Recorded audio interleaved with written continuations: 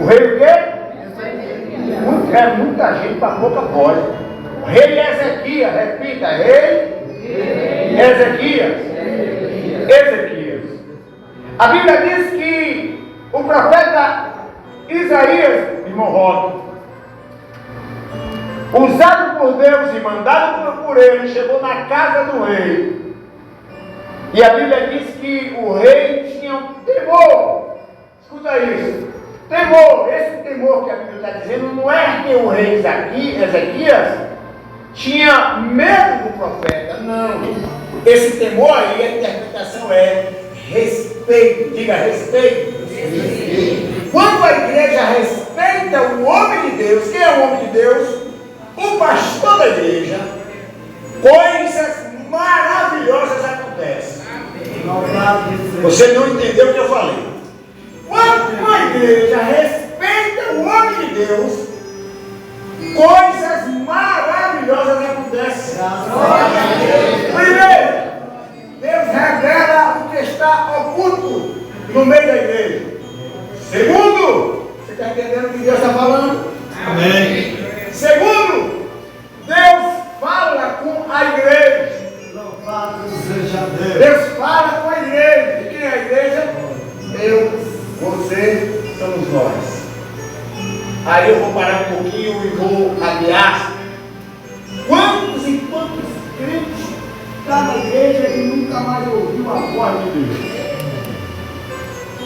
Não sabe como está na sua vida espiritual, a temperatura espiritual. Quantos crentes estão hoje, pastor, Jacques Fagundes, que eu muito amo, que eu não esqueço quando estou orando, porque nós já participamos de tanta vigília, tanta vigília maravilhosa. Hoje. Mas escute, irmão. Quando o crente ou quando a igreja respeita, a igreja não fica vazia, a igreja não fica oca, a igreja não morre, a igreja não dorme. Por quê? Porque a igreja obedece, a igreja respeita, e quando respeita, Deus está presente. Mas eu vou voltar para o texto, fechando o aço. A Bíblia diz que Isaías chegou, e quando Isaías chega, primeiro, o homem que recebe Isaías lá na frente manda avisar o rei. Quando o rei fica sabendo que o profeta chegou, parece que estou vendo, irmão Roque, o rei Ezequias sentado no seu trono, meio que tremendo. Por que ele estava tremendo? Porque alguma coisa estava faltando na sua vida. Mas eu vou voltar um pouquinho atrás para você entender por que Deus usou ou visitou o profeta, o rei, naquele dia. No livro de 2 Crônicas, no capítulo número 29, a Bíblia diz assim: e reinou, e começou a reinar o rei Ezequias, na idade de seus 24 anos. 24? 24 anos. Isso aqui. E a Bíblia diz que naquele dia, no primeiro dia do seu reinado, ouvindo as palavras, ouvindo os conselhos e temendo a palavra de Deus, a Bíblia diz que a primeira coisa, grupo Ágape, que o rei fez foi abrir as portas do templo. Diga, abrir as portas do templo. E esse abrir aqui eu entendo que quando Jesus disse: eis que estou à porta, eis que estou à porta, se alguém abrir, escuta o segredo do crente que tem visão do céu, visão do reino, o segredo de receber vitória, o segredo de estar sempre sendo abençoado, o segredo de Deus estar sempre falando com você, é quando você chega na igreja e abre o coração. Oh, aleluia! Você não pegou o que eu falei? Abrir o coração aqui, irmãos, é você ser um adorador. Abrir o coração aqui, irmão, é você ter visão daquilo que você quer. Você quer morar na terra ou você quer morar no céu? Eu acredito que você quer morar no céu porque você recebeu a promessa e o selo. O selo. sua salvação. Glória a Deus, aleluia. Mas a Bíblia diz que, tremendo o rei mandou abrir as portas do templo. E segundo a história diz que essa época era uma época em que o povo estava mais contaminado, o povo não queria mais adorar a Deus, porque o pecado, porque os estrangeiros penetrou no meio do povo, aonde o israelita se casou com as mulheres estranhas, mulheres essas que adoravam ídolos, estátuas, deuses, enfim. Então a igreja naquela época estava praticamente morta, irmão Jackson Abundi. A igreja estava fechada, não havia mais adorador. Então a primeira missão, o objetivo do rei foi esse, abrir as portas. Abrindo as portas, visão de águia, visão do reino. O que foi que ele fez? Naquela época, a Bíblia diz que havia um grupo de pessoas que só poderia fazer algo, ou seja, oferecer sacrifício a Deus. Quem era eles? Quem era ele? Os sacerdotes. Escuta isso. O texto vai dizer, segundo o historiador, diz que os sacerdotes estavam desviados. Estavam o quê? Desviados, ou seja, não ia mais na igreja. Quantos crentes não vêm mais para a igreja? Perderam o reino, ou seja, perderam a visão do reino. Mas escute, o rei mandou chamar os sacerdotes. Parece que estou vendo o sacerdote. Vou tirar um pouquinho o microfone. Você está me ouvindo aí? Está me ouvindo? Escuta isso. Ali o sacerdote colocou aquela roupa de sacerdote, porque nem a roupa, segundo a história diz que nem a roupa os sacerdotes vestiam mais. Não acontece hoje isso assim? Quando o crente começa a ficar fora, vai se distanciando da igreja, né? E aí ele vai tirando a paletó, tirando a gravata, de repente ele está de camisa normal, de repente está de short, de bermuda, e aí está jogado na lata. Mas o interessante, irmãos, é que Ezequias mandou chamar primeiro o sacerdote. E a história vai dizer que Ezequias disse para o sacerdote: o que está faltando para vocês voltar a cultuar, a oferecer sacrifício a Deus? E aí a Bíblia diz, e a história conta, que o sacerdote chegou a dizer que estava faltando mantimento, estava faltando sacrifício, estava faltando oferta, estava faltando o povo a se reconhecer, ou melhor, a se reconciliar com Deus. Então, a história diz que Ezequias deu total apoio ao sacerdote. Sendo assim, o sacerdote limpou o templo e começou a oferecer sacrifício. E segundo a história diz, que Ezequias mandou anunciar para as províncias, as cidades, a região toda, que a igreja, ou melhor, que o templo estaria aberto para adoração. Segunda coisa que Ezequias fez, mandou tirar todos os ídolos da cidade, de todas as cidades onde havia trono, onde havia altares, onde havia estátua. Ezequias mandou banir, mandou cortar, mandou tirar. Quem era aqui agora? Somente ao Deus de Israel. Escuta isso, irmão.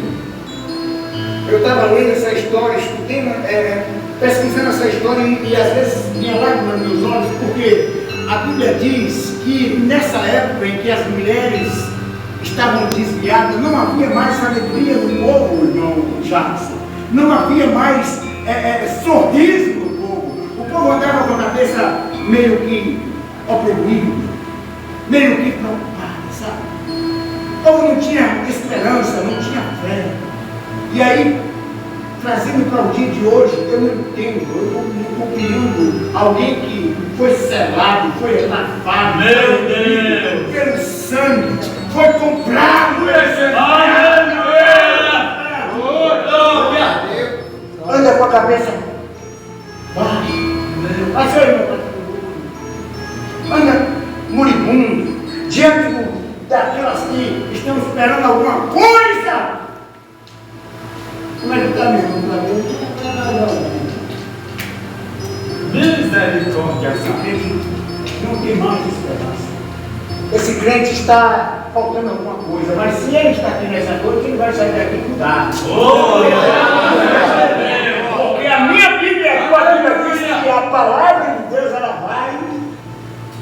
profundo. Ela corta, ela limpa, ela tira. Arranca. E a história diz que quando ficaram sabendo que o templo estava aberto, Jacques, a Bíblia diz, e a história conta que o povo se alegrou. Houve alegria no povo. E essa alegria que a Bíblia está dizendo não é alegria de aniversário, não é uma alegria de casamento. Não, não, não, não. É uma alegria de festejar.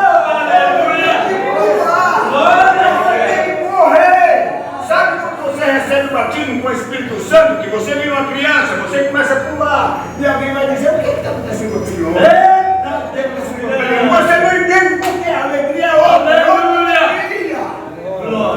O texto vai dizer, a história conta que o povo corria de um lado para o outro de alegria já.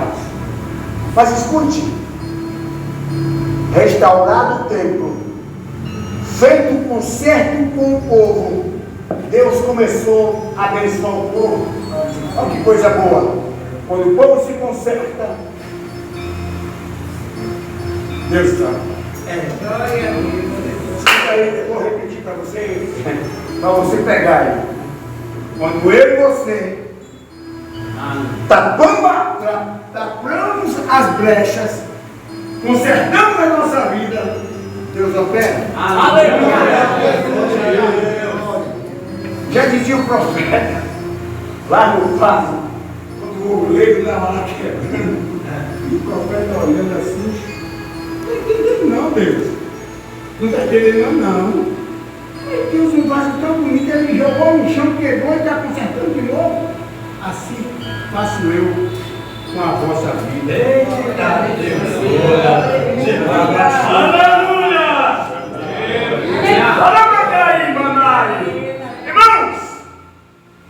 Então a Bíblia diz que o povo se alegrou, Deus começou a abençoar. Vou correr porque o tempo também está me chamando a atenção. Mas o texto vai dizer que um rei da Síria, o nome dele eu não vou falar não, porque é muito estranho, é só minha esposa que sabe falar, que é professora de português. Mas deixa eu falar. A Bíblia diz que os olhos desse rei da Síria, que era rico, e a Bíblia diz que ele é poderoso, e quando a Bíblia diz que alguém é poderoso, irmão, a Bíblia está dizendo que é poderoso, que essa pessoa é rica, que essa pessoa é um homem muito influente, não é um qualquer um. Quando a Bíblia diz que a pessoa está morta, está morta. Quando a Bíblia diz que alguém é poderoso, é porque é poderoso. Escuta isso. E o texto vai dizer que o rei Senaqueribe manda uma carta para Ezequias, dizendo: Ezequias, ó, de hoje você vai ter que pagar tributo. Eu vou querer dinheiro, eu vou querer ouro, eu vou querer isso, eu vou querer aquilo. Tudo bem. Ezequias assina a carta, assina o contrato e começa a mandar ouro para o rei Senaqueribe. Só que quando ele mandou o ouro, Deus mandou muito mais ouro para Israel. Deus mandou muito mais dinheiro para Israel. Deus mandou muito mais prosperidade para Israel. Olha que maneira. A história conta que cada um, irmão, andava com um bolso cheio de moedas, de prata, de ouro. Ninguém pegava emprestado, porque Deus estava abençoando todo mundo. E o texto vai dizer, queridos irmãos, que essa notícia chegou assim naquele. Então, crescendo o olho, poderoso do jeito que ele foi para invadir a Jerusalém. Invadindo Jerusalém, tinha ele a consciência de que iria ganhar muito dinheiro. Mas o que me chama a atenção no texto é que Ezequias estava em comunhão com Deus. Ezequias estava adorando a Deus. Ezequias estava fazendo a vontade de Deus. Mas Senaqueribe não conhecia Deus. Senaqueribe não sabia a comunhão que ele tinha com Deus. Senaqueribe não sabia como Deus trabalhava. Mas escute isso, irmão. E o texto vai dizer que Senaqueribe mandou uma carta ameaçando Ezequias: quem é você acima de mim? Eu sou mais poderoso do que você. E tem outra. Esse negócio de você mandar o povo adorar seu Deus aí, quem é seu Deus? Seu Deus é um tal, é tal. E começou a rebaixar a Deus. Mas o erro de Senaqueribe, irmão Jackson, foi que ele começou a blasfemar contra Deus. A dizer que Deus era um Deus de pau, era um Deus que não resolve nada. E aí ele chamou atenção, vou dizer para Senaqueribe que ele estava mentindo, iludindo o povo. Não é assim que Satanás faz? Quando o pastor está aqui orando, ou pregando a palavra de Deus, ensinando o nome do céu, Satanás fica no seu ouvido, no trabalho, em casa, na rua, sei lá onde for. Satanás fica jogando, assoprando na sua mente. E se você for um crente que não é, ou que não tem a visão do reino, você se desvia. Mas o texto vai dizer, escuta isso, que Ezequias mandou chamar o homem de Deus. Quem foi o homem de Deus? Eu vi alguém aí levou. Quem foi o homem de Deus? Isaías. Escuta isso. Por isso que o tema diz assim: põe ordem a tua. Mas a primeira mensagem de Isaías para Ezequias não foi essa. A primeira mensagem, pastor Jackson, de Isaías para Ezequias foi essa: não temas, porque o Senhor te dará vitória. Eu estou só parafraseando para você entender a resposta boa, o que Deus falou, a primeira mensagem de Isaías. Não temas. Por que eu estou dizendo isso? Porque quando Ezequias chegou para Isaías, mandou uma carta para o profeta, e disse: profeta, ora Deus aí, vê o que Deus vai falar, porque o rei de Senaqueribe mandou dizer que Deus não existe, mandou dizer que Deus não faz milagre, mandou dizer que Deus é um Deus pequeno, que Malmon é melhor, que Astarote é poderoso. Ele mandou dizer que Deus que eu ensino é um Deus fajuto, é um Deus mentiroso. Mas o texto vai dizer que Isaías leu a carta de Ezequias e disse: assim diz o Senhor, não temas. Esse não temas aqui, irmãos, escuta bem, esse não temas aqui, o significado disso é muito poderoso, e você vai dar uma glória a Deus. Você vai dar uma glória a Deus. Quando Deus abre a boca e fala para alguém, usa alguém que diz assim: não temas.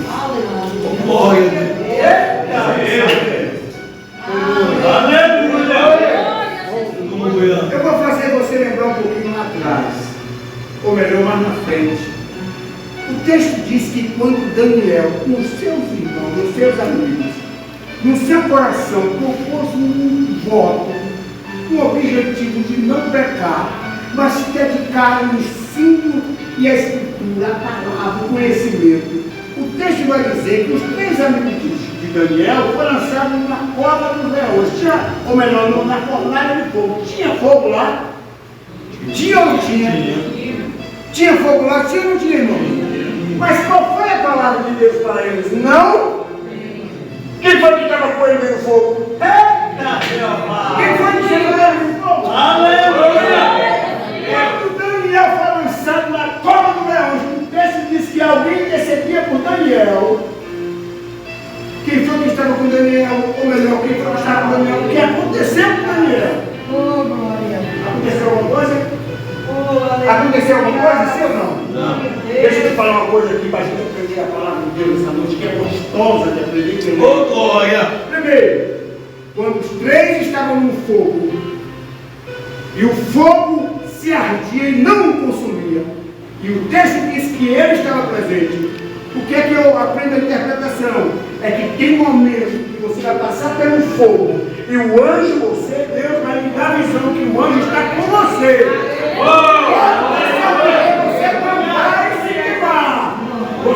Deus vai usar alguém, vai dizer: eu vou estar junto com você, e você vai. Eu vou, pode passar que eu estou com você, meu filho.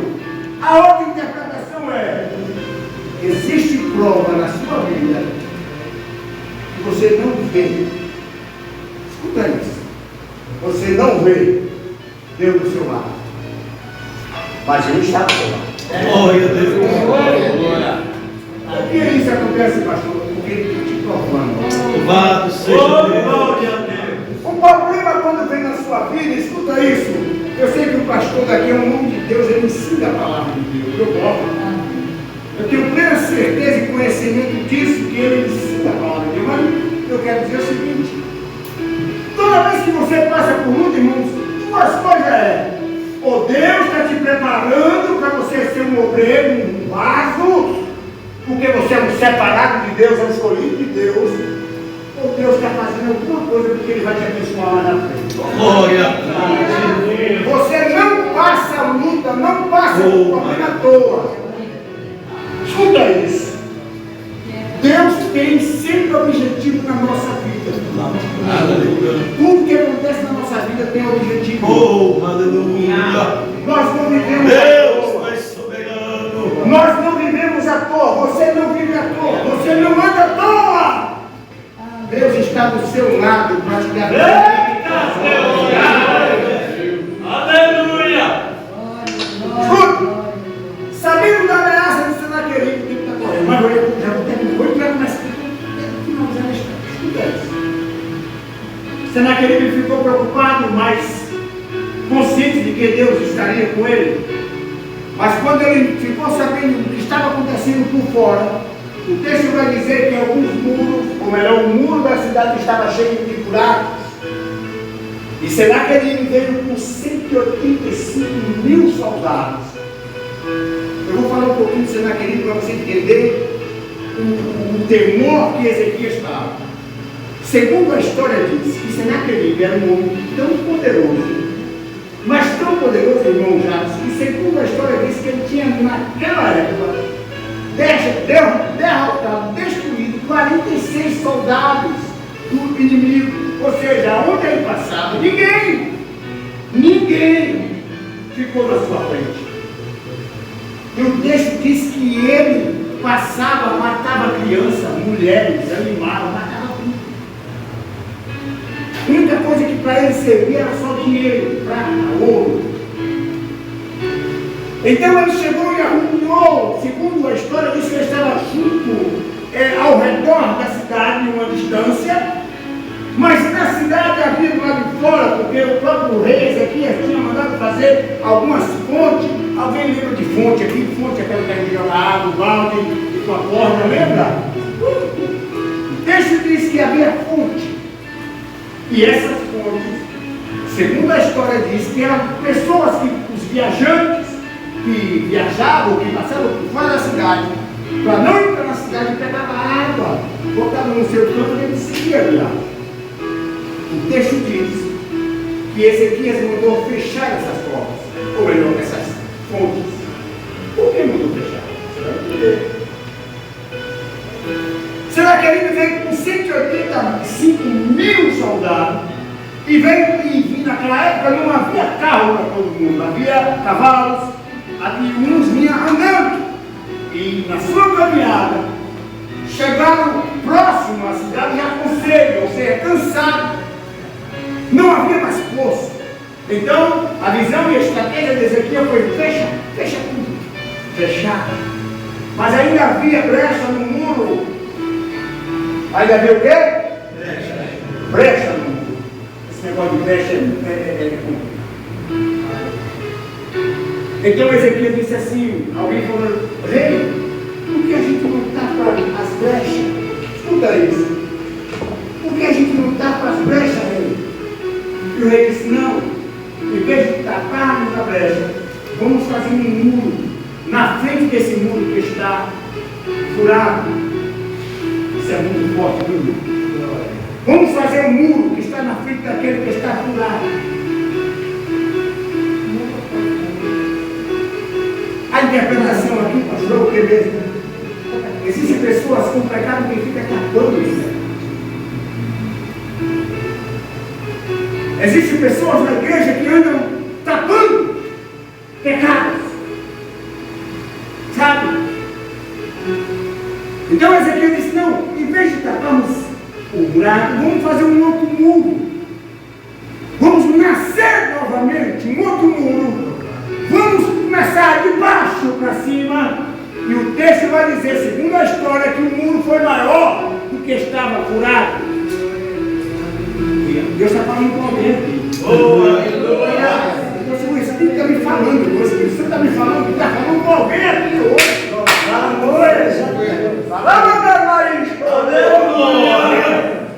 É preciso, irmão, nascer de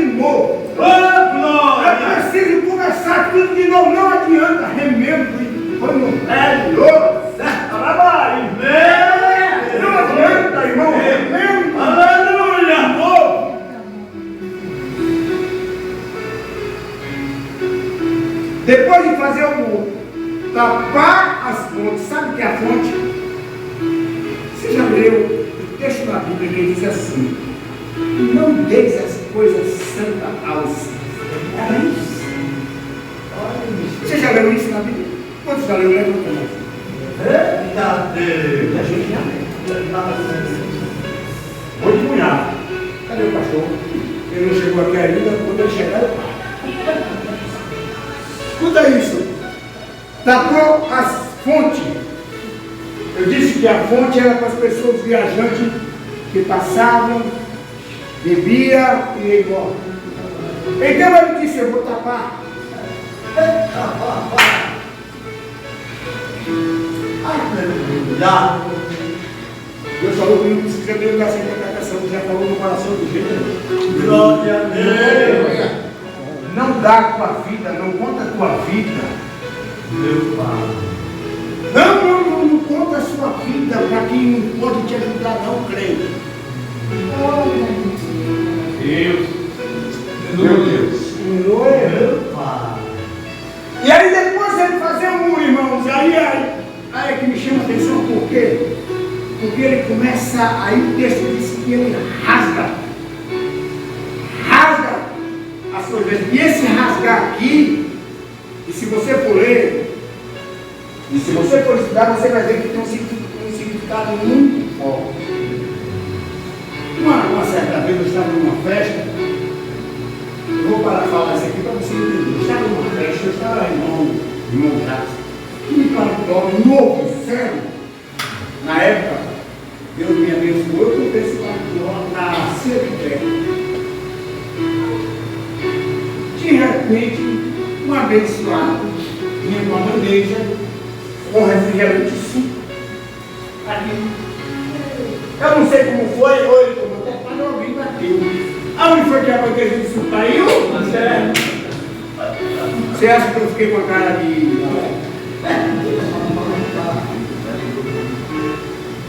O rei, a história diz que a vestimenta do rei era uma coisa muito fina.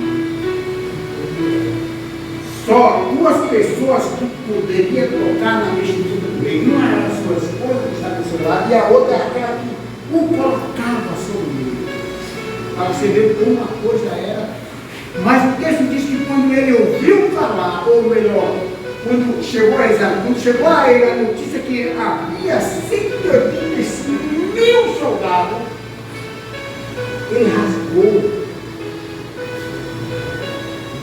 Desculpa eu tirar aqui o paletó. Não vou tirar a camisa não. Paletó. Olha, irmão, ele rasgou. Se eu rasgar a roupa, depois você me dá um inteiro. Aleluia. Rasgou. Jogou no chão. Depois você lê o texto em casa, estude para você ver. Jogou a sua vestimenta e começou a orar.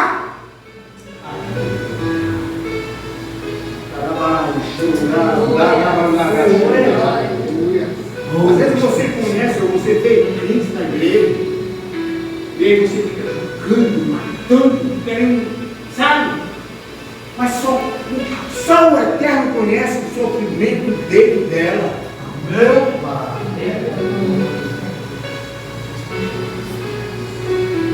E aí, a Bíblia diz que o profeta disse: não temos,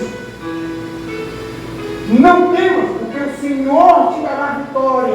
Oh, aleluia. Mas, irmão, segundo o historiador, isso não está na Bíblia, foi uma ideia, um pensamento do historiador, que quando o profeta Isaías disse para Ezequias que para ele não temer, não é que ele ficou com dúvida, porém ele queria saber como era que Deus iria dar vitória a ele, porque era muita gente, tinha poucos soldados, ele não tinha muita arma, não tinha arma naquela época. Escuta isso, irmão, escuta isso, por favor.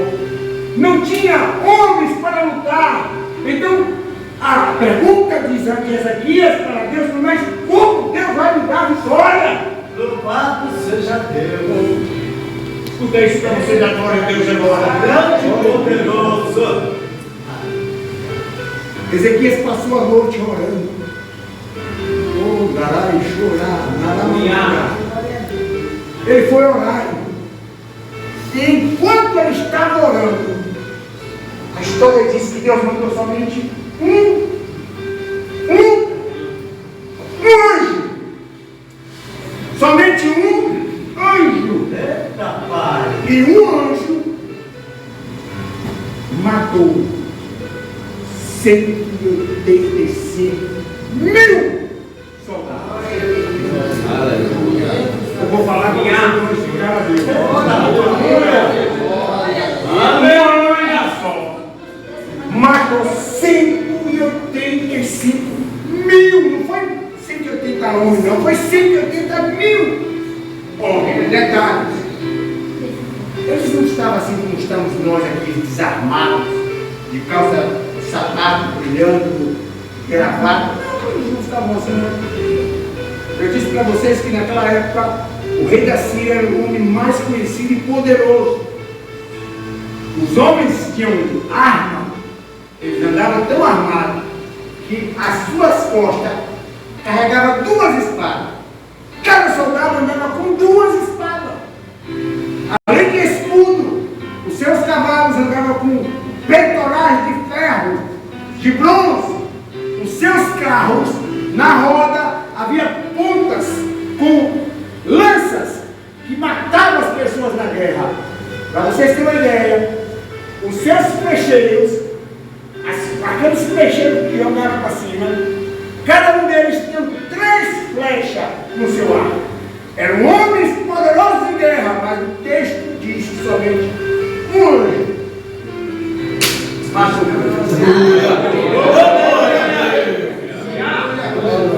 Deixa eu terminar, para a gente chegar nesse tema aqui.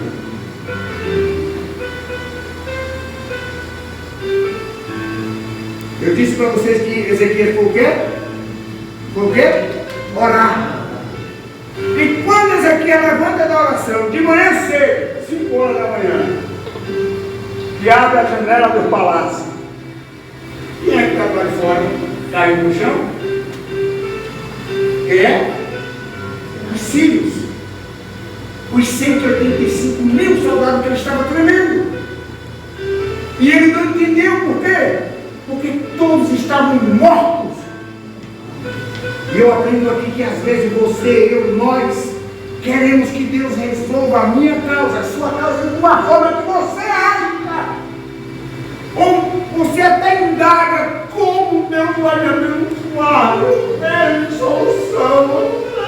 Oh, meu Deus. Eu e você não tem que ver, não tem que crer.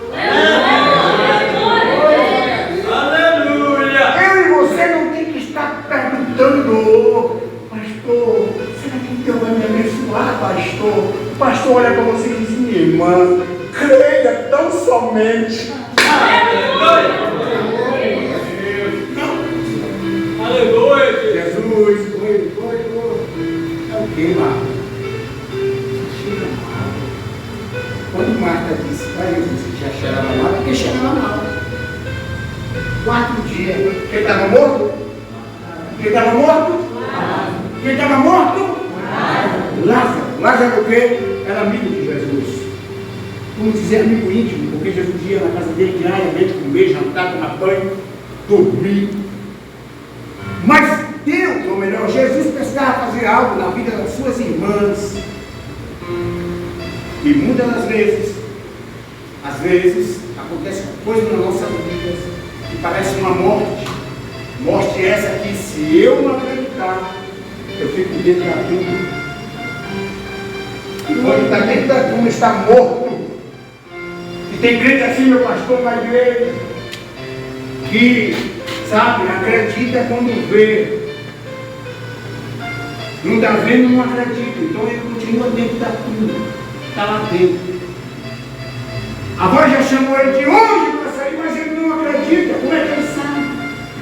E a Bíblia diz que Lázaro era crente, era servo. E o texto diz que Marta disse para ele, Jesus já cheira mal. Jesus olhou para Marta e disse, Marta, não te é dito que se tu crer, tu verás a glória. Aleluia, glória a Deus.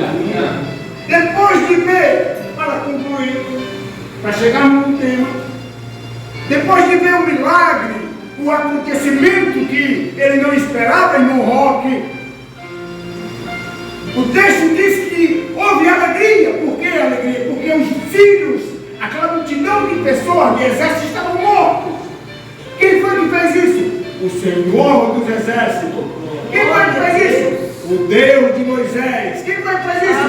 O Deus de Abraão. Quem foi que fez isso? O Deus de Jacó. Quem foi que fez isso? O Deus de Abraão. Ele disse que houve alegria, houve festa, houve adoração, houve abundância. Aleluia. E a abundância foi tanto que aqueles que eram ricos começou a maltratar os pobres, começou a pisar nos mais pobres. E o texto vai dizer a história lá no livro dos Reis, que por causa de tanto ouro, tanta prata, muita abundância, muita riqueza, o campo, as cidades circunvizinhas ao qual ele estava sob seu domínio, estava florida de muitas bênçãos. Então, o texto vai dizer, querido, segundo a história, que Ezequias começou a se orgulhar, a faltar os cultos, a deixar de ler a palavra, deixar de adorar, de oferecer a Deus o sacrifício. Somente os sacerdotes perguntavam: e o rei não veio? O rei dizia: ele está ocupado. O rei começou a se envaidecer, começou a achar que ele era o bam. Começou a dizer ou se afirmar que ele, através dele, Deus tinha lhe dado vitória ao povo. Mas eu disse, e a Bíblia é tão categórica quando diz que Deus não dá, não divide a sua glória com ninguém. É por isso que é muito lindo, irmão, quando alguém chega aqui na igreja, pastor, e fala assim: pastor, eu quero contar uma bênção.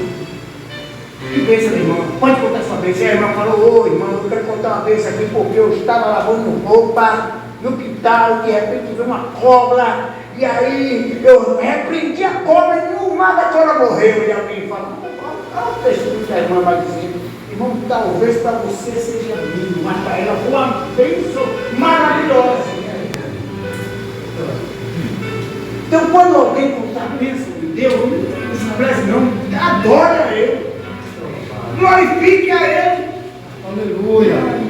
E ele estava daquele jeito, irmão, desprezava. Quando alguém vinha oferecer, o rei não queria mais, porque havia muita mudança. E isso é perigoso, é muito perigoso. Já se dizia algum adágio aí, que quer conhecer pessoa, dá poder a ele. Quer conhecer fulano? Dá dinheiro a ele, dá poder a ele para tu ver se ele não muda. Então, o homem de Deus estava em casa. E quando o homem de Deus está em casa, à sua disposição, Deus que manda na nossa vida não nos deixa quieto. Eu acho lindo quando a Bíblia diz bem assim, que Deus usou o profeta. Eu acho lindo quando a Bíblia diz isso. E Deus levantou o profeta. Eu acho maravilhoso quando Deus fala, quando a Bíblia diz isso, irmão. Por quê? Sinal de que o profeta estava pronto para ser usado por Deus. Uma das coisas que eu, você, nós como profeta não estamos vindo na igreja brincando de ser crente.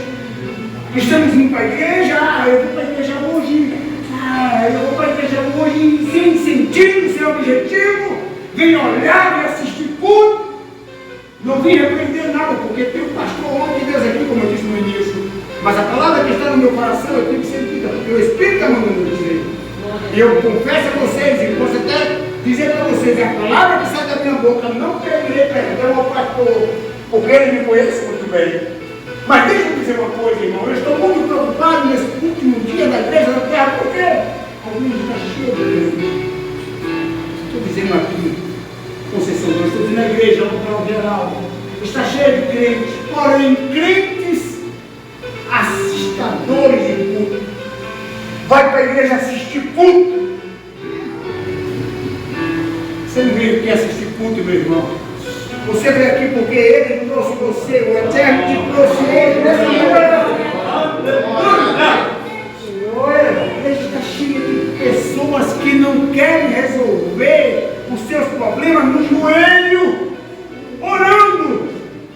Ele resolveu seu problema conversando com o psicólogo. O crente pode visitar o psicólogo. Na minha época, ainda me converti, eu tinha um irmão que era lunático. Ei, escuta isso, ó, escuta isso. Eu tinha um irmão que tinha um problema de epilepsia. De vez em quando ele caía, tremia, babava. Escuta isso. Eu cheguei em casa um dia e ele estava lá tremendo na sala, babava demais, e ruminava igual cachorro, rinchava igual, sabe aquele negócio? Me estava muito de mal. E eu falei, Senhor, isso aí é demônio? Eu não aceito, como crente eu não aceito demônio. Hoje eu sou caótica, hoje o pastor tem que ser um psicólogo. O pastor tem que estudar um pouquinho de psicologia, mas não é na vida, não. É um livro de psicologia. Por quê? Porque tem crente que fala assim, pastor, eu orei tanto, mas não resolveu minha casa.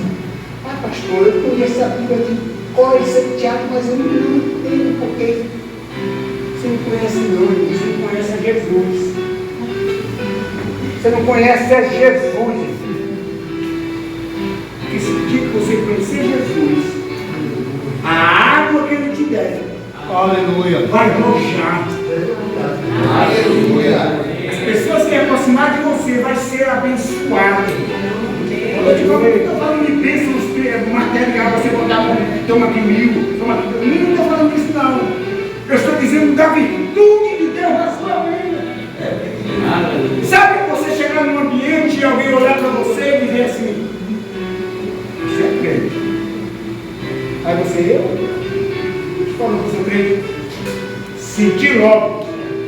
Na hora que você entrou, eu olhei para você, você é crente.